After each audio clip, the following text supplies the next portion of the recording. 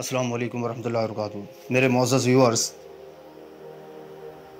पीछे हमारी बात चल रही थी कि जिसके हमेशा लड़की पैदा होती हो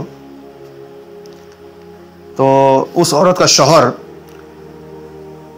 शौहर या कोई दूसरी औरत उसके पेट पर उंगली से कुंडल यानी दायरा सर्कल 70 बार बनावे और हर दफ़ा में या मतीनू, या अल्लाह पाक का एक सिफाती नाम है, या मतीनू कहे, इंशाअल्लाह पाक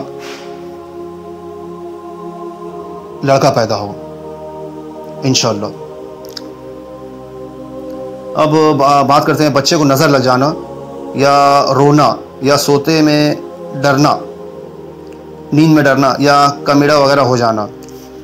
इसके लिए जो मौज़तैन कुल औज़ु बिल फलक और कुल औज़ु बिन नास